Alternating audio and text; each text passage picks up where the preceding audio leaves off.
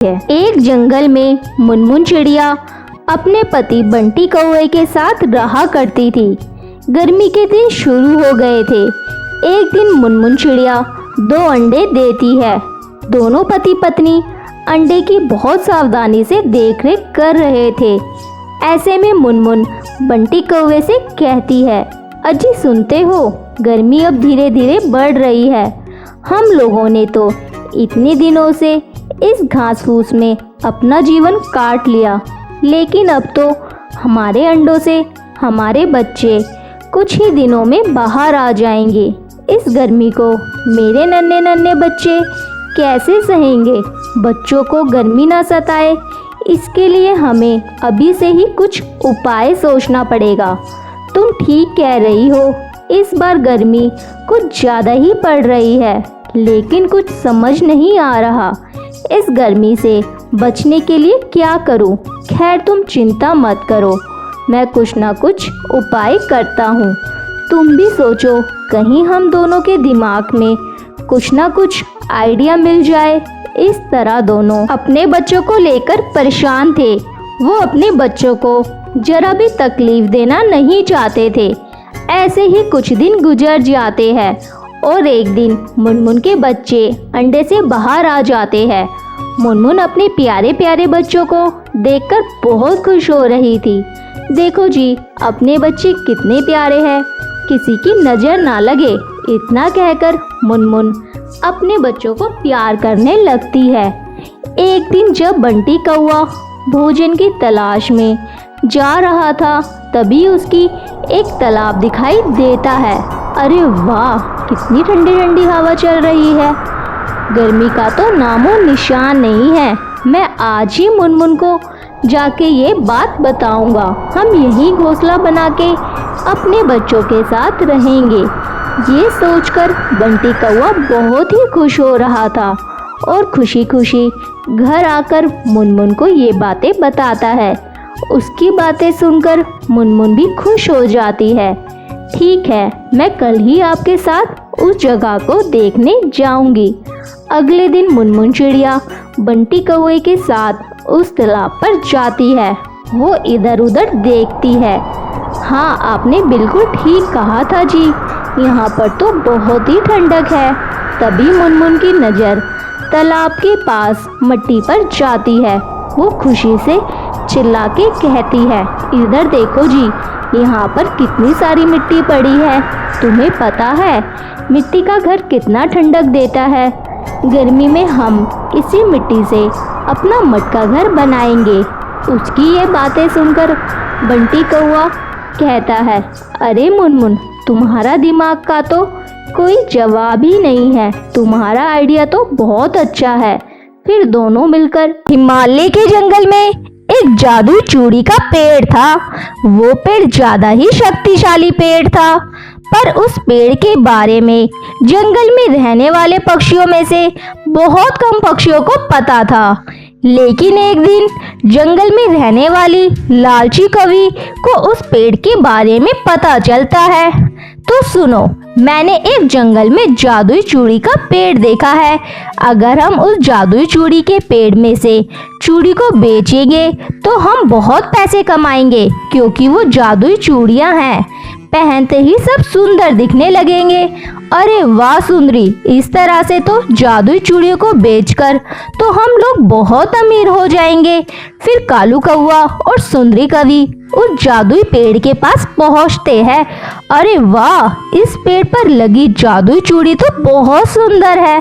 हाँ, तो सुंदर तो होगी ही ना, क्योंकि ये जादुई चूड़ियां हैं। मैं तो इसे पहन के और भी सुंदर हो जाऊंगी। चलो चलो, अब सारी जादुई चूड़ियों को तोड़ते हैं। इसे बेच के हम लोग बहुत सारे पैसे कमाएंगे। उन दोनों की बातें सुनकर जादुई पेड़ बहुत गुस्सा हो जाता है और उन दोनों से कहता है, सुनो लालची पक्षियों, तुम दोनों की सारी बातें मैंने सुन ली है। तुम पैसे कमाने के लिए मेरी जादुई चूड़ियों को तोड़ना चाहते हो, इसलिए मैं तुम्हें एक भी चूड़ी नहीं दूंगा। तुम दोनों यहाँ से चुपचाप चले जाओ। सुंदरी, ये पेड़ तो जादुई चूड़ी को तोड़ने से मना कर रहा है। तुम चिंता मत करो, इसका उपाय मेरे पास है। अब देखो मैं क्या करती हूँ। इतना कहकर सुंदरी कवि एक कुल्हाड़ी निकालती है और पेड़ को डराते हुए कहते हैं, देखो जादुई पेड़, ये चूड़ियां मुझे तोड़ने दो, वरना मैं तुम्हें कुल्हाड़ी से काट दूंगी। फिर देखना तुम हमेशा के लिए खत्म हो जाओगे। तुम तो बहुत बेरहम और दुष्ट कवि हो। मैं तो बिल्कुल भी तुम्हें ये जादुई चूड़ी तोड़ने नहीं दूंगा। चली जाओ यहाँ से। सुनो जादुई पेड़, मेरी बात मानो। मैं तुम्हें आखिरी बार बोल रही हूँ, अगर तुमने मुझे चूड़ी तोड़ने नहीं दी तो मैं तुम्हें कुल्हाड़ी से तुम्हें काट दूंगी। सुंदरी कवि की बातें सुनकर जादुई पेड़ डर जाता है और कालू कौआ और सुंदरी को अपनी जादुई चूड़ी तोड़ने देने के लिए तैयार हो जाता है। कालू और सुंदरी कवि उस जादुई पेड़ में से सारी चूड़ियां तोड़ लेते हैं और सारी चूड़ियों को बेचने के लिए बाजार में चले जाते हैं। इसी तरह कुछ दिन बीत जाते हैं। एक दिन मुनमुन और उसकी बेटी मोनी चिड़िया उस जादुई चूड़ी के पेड़ के पास आते हैं। ए जादुई चूड़ी के पेड़, हमें एक चूड़ी की जरूरत है। सुना है आप जादुई चूड़ी देते हैं जो कि काफी शक्तिशाली होती है। मैं जादुई चूड़ियां देता हूँ, लेकिन आज मेरे पास एक भी जादुई चूड़ी नहीं है। मुझे माफ कर दो, क्योंकि मेरी सारी चूड़ी सुंदरी कवि और कालू कौआ तोड़ ले जाते हैं। तुम एक काम करो, एक दिन बाद आना, तब तक मेरे जादुई चूड़ी के पेड़ पर चूड़ी लग जाएगी। पेड़ की बातें सुनकर मुनमुन और मोनी काफी ज्यादा उदास हो जाती है और दोनों की मदद ना कर पाने की वजह से जादुई पेड़ भी काफी दुखी हो जाता है। कुछ समय बीतने के बाद उस पेड़ पर काफी रंग बिरंगी चूड़ियां उग जाती है। फिर उसी दिन कालू कौआ और सुंदरी कवि उस पेड़ पे सारी चूड़ी तोड़ के बाजार में बेचने चले जाते हैं और बहुत सारे पैसे कमाने लगते हैं। इसी तरह कई दिन बीत जाते हैं। फिर एक दिन, सुनो जादुई चूड़ियों को पेड़, अगले हफ्ते मेरी बेटी मोनी की शादी है।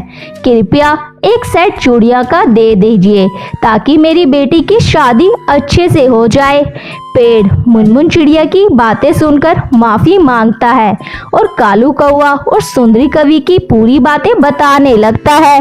कालू कौआ और सुंदरी कवि के बारे में सुनकर मुनमुन चिड़िया बहुत ज्यादा गुस्सा हो जाती है और कहती है, अच्छा तो ये बात है, आप चिंता मत करो, मैं उस कालू कौआ और सुंदरी कवि को सबक जरूर सिखाऊंगी। फिर कुछ दिन बाद पेड़ पर जादुई चूड़ी उग जाती है और फिर कालू कौआ और सुंदरी कवि उस जादुई चूड़ी को लेने आते हैं। तभी वहां पर मुनमुन चिड़िया आ जाती है और कहती है, मैं कहती हूँ रुक जाओ, अगर तुम दोनों ने एक भी कदम आगे बढ़ाया तो बहुत बुरा हो जाएगा। तुम दोनों फिर से जादुई चूड़ी तोड़ने आए हो। आज मैं तुम दोनों को जादुई चूड़ी नहीं तोड़ने दूंगी। ए चिड़िया, तू हमें रोकेगी? तेरी इतनी हिम्मत, रुक मैं तुझे अभी बताती हूँ। सुंदरी कवि मुनमुन चिड़िया की ओर बढ़ने ही वाली होती है। तभी मुनमुन चिड़िया एक जादुई चूड़ी को तोड़ लेती है और उसकी शक्ति से कालू और सुंदरी को जेल में बंद कर देती है। अरे अरे, ये क्या, हमें छोड़ दो, हम आगे से ऐसा किसी के साथ नहीं करेंगे, हमें माफ कर दो। नहीं नहीं, मैं तुम्हें बिल्कुल माफ नहीं करूँगा। आज तुम दोनों ने, तुम्हारी गलती की सजा मिली है। तुम दोनों ने मुझे बहुत परेशान किया। आज मौका मिला है, मैं तुम दोनों को बिल्कुल नहीं छोड़ूंगा। तुम दोनों आज से यहीं बिना खाए पिए बंद रहोगे। जितने भी पक्षी यहाँ पेड़ पर चूड़ी को तोड़ने आएंगे वो तुम्हारी करनी को देख के समझ जाएंगे कि किसी को परेशान करना या चोरी करना कितना बुरा होता है।